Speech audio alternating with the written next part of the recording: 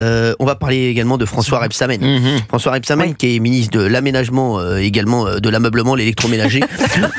Boum boum, choisissez bien, choisissez but. Qui a le sens politique d'une huître déjà mangée. Ah ouais, sans rigoler. Pour l'ameublement, l'électroménager. Boum boum. Choisissez bien, choisissez Rebsamen. Merci. Et c'est le ministre de l'aménagement du territoire. Ça veut dire qu'il aménage. Tu l'amènes chez toi. Il aménage. Tu l'amènes chez toi. Ah non, mais tu l'amènes chez toi. Tu sais pas où mettre ta table basse. Tu dis j'appelle François Rebsamen, il arrive. Bah tu vois bien que c'est ici qu'il faut la mettre, Cyril. Ah mais tu l'amènes chez toi. Non mais c'est vrai. Tu sais pas où mettre ton panier à linge, il te trouve l'endroit. Ah non mais c'est un truc de fou. C'est le ministre de l'aménagement. En fait, il est décorateur d'intérieur en fait, le gars. Tu vois pas. Donc François Rebsamen. Donc voilà, ils l'ont fait venir de Dijon pour qu'il redécore un petit peu les différents endroits dans lesquels il se rend. Donc il est ministre de l'aménagement et de la décentralisation. Ça veut dire que quand il y a quelqu'un qui est trop centré, il lui dit il faut que tu te un peu plus vers la gauche. Il est photographe aussi, tu vois. Ouais, mets-toi un peu plus vers la droite. Merci. Droite, gauche, c'est bon, c'est monté dans l'axe, c'est bon. Merci. Donc voilà, donc c'est ça ce qu'il fait. Il a dit François Rebsamen. Lui aussi, il a un nom de joueur de foot. C'est vrai qu'il va jouer en Coupe de France, lui, sans déconner. Sortie du numéro 17, François Rebsamen, entrée du numéro 12, Mathieu Pigasse. Merci. Alors, il a dit qu'il respectait toutes les forces politiques sauf le Rassemblement national. C'est terrible. Les insoumis, alors écoutez ce qu'il a dit pour les auditeurs. Les insoumis, je les respecte. Je respecte toutes les forces politiques sauf le Rassemblement national. C'est ma position. Je ne respecte pas ceux, pas tous, heureusement, qui portent des discours de haine et d'exclusion de l'autre. C'est pas ma tasse de thé. Qui boivent du café. Non, mais les insoumis, quand il dit les insoumis, je les respecte, je sais pas, il respecte les insoumis quand il compare Fabien Roussel à Doriot. Il respecte les insoumis quand ils sont accusés de soutenir l'antisémitisme, je sais pas. Surtout que c'est sa première déclaration politique depuis sa nomination, on n'avait pas entendu parler de lui, et il fait la faute politique qu'il faut surtout pas commettre dans les moments qui... Alors, on parlait de Mathieu Pigasse, apparemment, il y a Adrien Franck, donc qui est journaliste à Libération, qui nous dit il n'est plus actionnaire de Libération. Ouais, il est actionnaire maintenant. Je rappelle qu'il est maintenant actionnaire de Célébdo. C'est à vous, c'est dans l'air. Oui, mais on n'a pas dit ça. On a dit surtout que l'interview était dans l'IB. Oui, mais moi j'avais dit à un moment aussi. J'ai dit dans son propre journal, mais c'est pas son journal. C'est ton ex-journal. D'accord. Voilà. C'est comme si c'est Le Monde surtout maintenant. Mathieu Pigasse, c'est Le Monde. Et on voit la dérive du Monde depuis je préfère Libération. Plusieurs mois. Non, mais c'est vrai. C'est pour ça que Libération va mieux, bizarrement. Libération plus c'est mieux et Libération est mieux, Le Monde moins bien. C'est vrai. Enfin, c'est toujours voilà. Oui. Sur François Rebsamen, comment, après avoir été maire pendant des années de Dijon, après avoir déjà été une première fois ministre, avoir forcé la porte pour revenir dans le jeu politique et vouloir devenir ministre. Je vois Olivier d'Artigol acquiescer. Il avait fait une interview avant pour dire qu'il était prêt à revenir. Connaître un peu la politique depuis quelques décennies. Comment peut-on être à ce point aussi déconnecté et avoir aussi peu de sens politique? C'est, comme le dit Olivier, la seule faute à ne pas faire.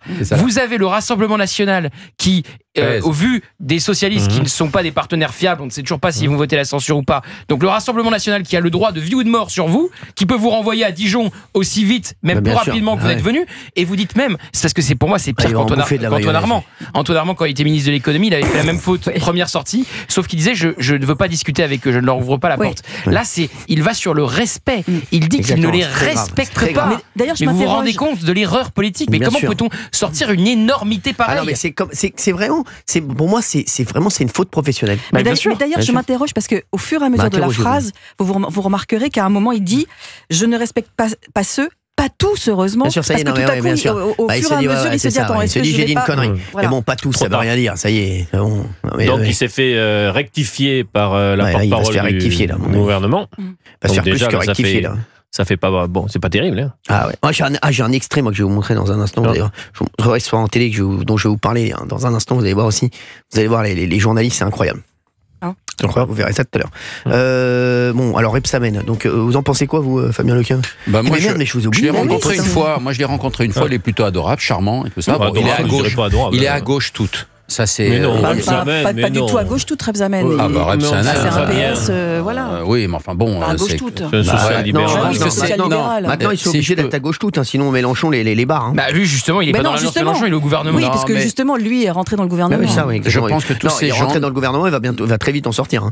À mon avis, il va refaire la déco de chez lui, là, puisqu'il a été ministre de l'aménagement. Je pense qu'il a dû apprendre. En fait, moi, je suis vraiment, je vous jure, je suis fasciné. Moi aussi, je suis fasciné. Je suis fasciné parce qu'il y a une faute à pas faire. Et il met les deux pieds dedans, mais je comprends même pas comment, moi, je vais vous dans dire, son cerveau, ça tous peut ces gens, tous ces gens sont restés dans une époque et n'ont pas vu qu'il s'est passé 25 ans, peut-être 40 ans depuis l'arrivée de la gauche, plus de 40 ans. Et je crois qu'ils sont restés dans leur idéologie, ce qui a été leur gloire d'ailleurs à un moment donné, de virer Giscard et de faire arriver Mitterrand. Tout ça, c'était toute cette fièvre de mai 68 qui est arrivée. Eh oui, mon petit bonhomme. Et ils sont restés là. Mon petit bonhomme. Et ouais, mon petit bonhomme. Voilà. Allez, on va parler. Alors, il y a deux choses. Il y a mon aventure. Il y a votre aventure. Que m'est-il arrivé Vous nous appelez sur Europe 1 01 80 20 39 21. Il m'est arrivé un truc de fou tout à l'heure et ça a un rapport avec Europe 1. C'est un rapport avec Europe 1 01 80 20 39 Très bien, on a le nom. 21. On a le nom. Et on parle de François Rebsamen. François Rebsamen, il était content de vous voir ou pas? Je respecte toutes les forces politiques sauf le Rassemblement National, c'est ce qu'il a dit. Alors, on va prendre d'abord des gens sur François Rebsamen. On va prendre Yann sur François Rebsamen. Yann d'Occitanie. Bonjour Yann. Hola Cyril, comment ça va? Très bien, comment ça va mon Yann? Bah écoute, ça va bien, tranquille, et toi? Bah très bien, merci d'être avec nous Yann. On est très heureux de vous avoir sur l'antenne d'Europe 1. Merci beaucoup. Bah merci. Alors, donc François Rebsamen, enfin la gauche en général en ce moment, il cumule. Oui. Il bat tous les records. Oui. Donc, se réjouir d'un décès d'une personne, ils font de la fête. Sandrine Rousseau veut faire interdire X, elle écrit, elle fait une faute par ligne. Ouais. Ah oui, c'est vrai que elle n'a pas eu le bac grâce à l'orthographe, celle-ci. Ouais, ben non, pas trop. Peut-être la méthode Baucher, je sais pas. Ouais, je ne sais pas, oui. Après, j'ai vu Deloglu, lui, les migrants, c'est des oiseaux qui se coincent dans des grillages. Mais oui, j'ai vu. Ouais. Après, donc on a ce fameux Rebsamen là. Ah oui. Donc lui, il comprend rien. Il pense que le Rassemblement National, c'est un parti comme il y avait 30 ans. C'est-à-dire une personne et il faut pas en tenir compte. C'est des gens qui vivent encore, je sais pas quelle époque. Oui. Ils arrivent toujours pas à se mettre dans la tête que à l'Assemblée nationale, ceux qui font la pluie et le beau temps en ce moment, c'est le Rassemblement national. Et il est ministre et il devrait être un petit peu plus stratégique. C'est vrai que vous avez bien raison. C'est quand même... Il devrait être surtout un peu plus intelligent parce que ses copains veulent le censurer. C'est ça. Bah oui, c'est vrai que ses copains veulent le censurer. Vous avez raison.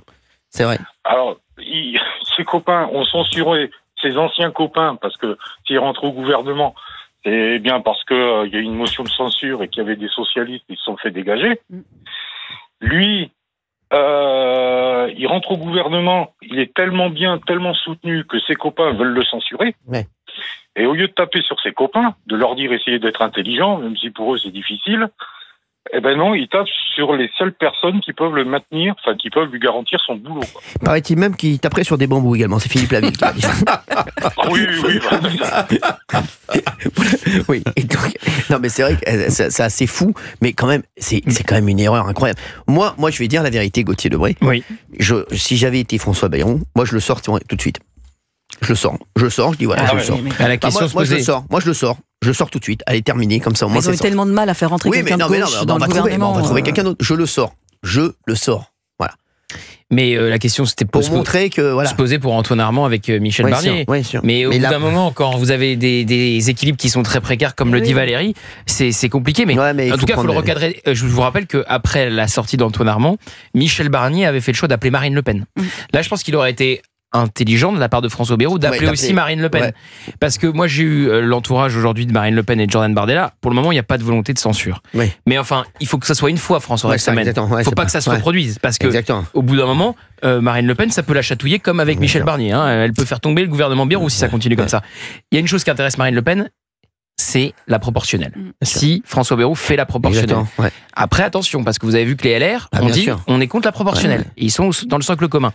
Donc, il faut voir ce que ça peut... Mais à mon avis, François Rebsamen ta fraise, ça va être chaud pour lui. Bien sûr. C'est vrai. Yann, vous l'auriez sorti où? Moi, oui. Mais moi aussi, après, je l'aurais sorti. En réfléchissant un peu, je me demande si c'est pas fait exprès, en fait. Non, je crois pas.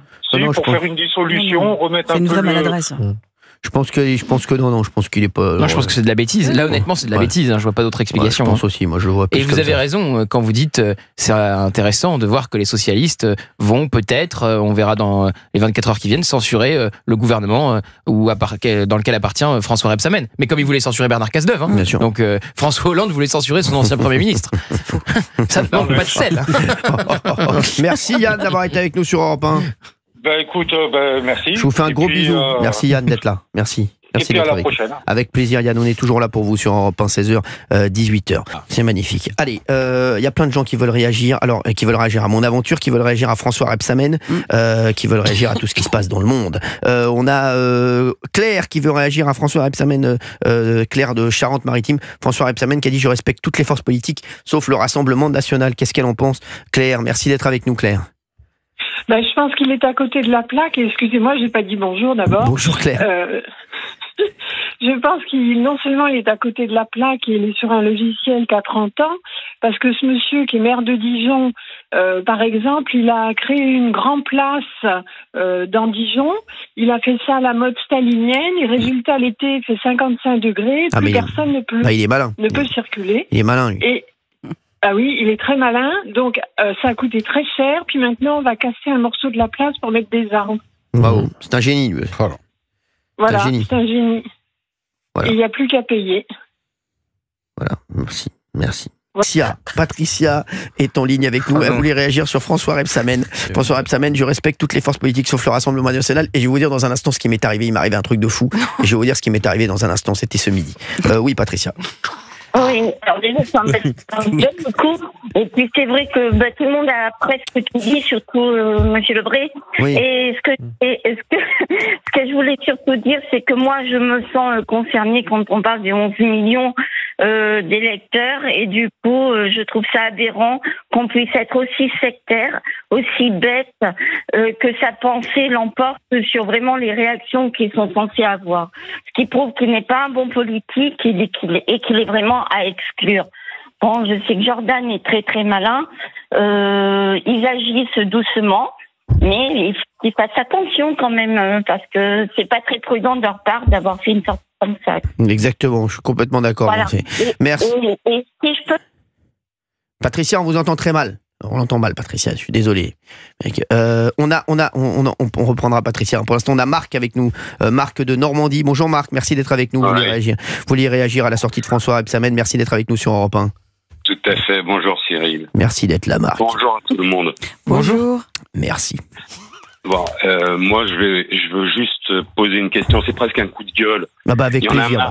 C'est nous qui payons c'est avec nos impôts que c'est avec la vie. Oui, alors. C'est avec nos impôts, ce sont nos employés. Bien sûr. Voilà, une fois pour toutes. Bien sûr, je suis complètement d'accord. Ça n'autorise en aucun cas un mec qui est à la limite de l'EHPAD, à dire des choses qui sont insupportables à entendre. Et je parle même pas par rapport à mon vote à moi. Je parle par rapport aux gens. Il y a 11 millions de personnes qui sont prises aujourd'hui, qui sont insultées par un mec qui il a été maire de Dijon, il me semble. Oui, bien sûr. Il a de la moutarde dans la tête, dans le cerveau. Non mais Marc, c'est absolument incroyable. Marc, vous savez quoi? Vous venez de dire quelque chose. Ces gens-là, les patrons de ces gens-là, ce sont les Français. Et je vais vous dire, moi je fais souvent une analogie entre télévision et politique. Moi je dis souvent, je vous jure que c'est vrai, Marc, et vous pouvez demander à tous ceux qui ont travaillé avec moi, moi je m'en fous total des dîners avec les patrons de chaînes, les trucs. Pour moi, les patrons des animateurs, ce sont les Français. On est au service des Français comme les politiques. Et ils ont tendance à l'oublier. Putain, mais ce qui est hallucinant, il y a un mec qui vit au 55 Faubourg Saint-Honoré, putain, c'est notre locataire. Il faut qu'il le comprenne, on lui a fait un bail de 5 ans. Ouais, c'est ça. Ouais. Voilà, ça s'arrête là. Il faut qu'une fois pour toutes, on nous respecte. Or, ces gens-là ne nous respectent pas. Et ils n'ont jamais bossé de leur vie. Moi, j'ai créé de l'emploi toute ma vie, comme vous d'ailleurs. Mais j'ai créé de l'emploi toute ma vie. J'ai jamais manqué de respect à un de mes employés. Ah oui, vous avez bien raison. Et ils me le rendaient bien. Moi, c'est mes employés qui me manquent de respect, regarde. J'ai bien remarqué, Marc. Non, il y en a peut-être un. Oui, je sais, je vois de qui vous voulez parler. Merci. Marc, je suis tellement d'accord avec vous. Vous savez, Marc, on en rigole, mais je vous jure, moi, ce qui se passe dans ce pays, là, pour être sérieux 2 minutes, je trouve que tous les jours, il se passe des trucs fous dans ce pays. Et ça continue. On continue, mais je n'ai jamais vu. Franchement, on est vraiment dans ce qu'il y a de pire actuellement. Je trouve qu'on a vraiment, Marc. Alors là-dessus, j'ai une idée bien arrêtée. Je pense que le problème vient d'une formation politique. Et je ne vais pas dire LFI, je vais parler de la gauche, du Parti socialiste. Je suis désolé, Olivier, mais c'est ça. Voilà, c'est ça. Ça vient de là. Ça vient de là parce que, encore une fois, pour un plat de lentilles, les mecs vendraient leur mère. C'est sûr. Ils vendraient leur mère. On le voit bien. On voit bien les alliances, Marc. On a bien vu les alliances. Mais même, je suis désolé, on l'a bien vu avec Gabriel Attal qui appelle au soir du premier tour. Non, mais Attal, c'est une parodie. Attal, c'est une parodie. Voilà. Donc voilà. Une parodie. Je sais pas. Comment on peut. Mais je comprends pas. Mais moi aussi, je comprends pas. Je comprends pas. Et comme je disais hier, Marc, on nous a volé quand même énormément d'années avec tout ce qui s'est passé sur le Covid, etc. Oui. Bon, après, voilà. On nous a volé les élections. Je suis désolé. On nous a volé les élections. Sur le Covid, on a sacrifié la jeunesse, moi, exactement. On a sacrifié la jeunesse. On nous a volé les élections. On enlève une chaîne, la première chaîne, la chaîne qui marche le mieux. On veut supprimer Twitter. Enfin, certains veulent interdire Twitter. Non, mais c'est fou, en fait, ce qui se passe. C'est complètement. Marine Le Pen va peut-être être rendue inéligible. Exactement, oui. Voilà. Tout ça, c'est la même ambiance. Alors, il y aura des solutions, parce qu'il y en a des solutions si elle est rendue inéligible. Et je pense pas forcément à Jordan Bardella. Je pense plus à Retailleau. Parce que si Retailleau demain se déclare, il va faire du mal. Il va faire du monde. Il va faire beaucoup de mal. Je suis sûr que Bruno Retailleau veut gagner à la loyale et s'il gagne, il voudra gagner alors que Marine Le Pen peut se présenter. Exactement, bien sûr. C'est ce que veut Bruno Retailleau. Bruno Retailleau, il veut gagner à la loyale. Exactement. Bien sûr. Il veut gagner avec les idées, non pas avec des jours éliminés. Parce que quand vous enlevez une candidate qui est favorite pour l'Élysée en 2027, après vous créez un ressentiment majeur dans le pays. Et je vais vous dire, et je fais une analogie avec la télé aussi. Vous savez ce qui s'est passé? Vous savez que TF1 a fait un recours et s'est porté partie civile devant le Conseil d'État pour supprimer C8. Ça veut dire qu'eux aussi, ils veulent être premiers. C'est le contraire de Bruno Retailleau. Mais faute de combattants. Mais faute de combattants. Sur la TNT, avec Quotidien. Faute de combattants. C'est pas la loyale. Exactement, c'est pas la loyale. Parce qu'ils vont dire quoi quand on sera plus là? Ils vont dire on est premier, mais premier de quoi? Et si on est le premier qui est premier, il est plus là, c'est dire quoi? Premier face à Public Sénat, effectivement, ça va être simple. C'est comme si à Roland Garros, tu dis j'ai gagné Roland Garros, mais quand il n'y avait pas Nadal. Non, mais voilà, écoutez, je vous dis, non, mais c'est le problème de la France. C'est le problème aujourd'hui Moi, j'étais encore en activité pendant le Covid. J'étais restaurateur. On m'a fermé en l'espace de 3 heures de temps. Oui, ça ils savent faire, ça, vous inquiétez pas. Un bouffon qui a appelé à voter, qui a fait une alliance avec les communistes au Havre.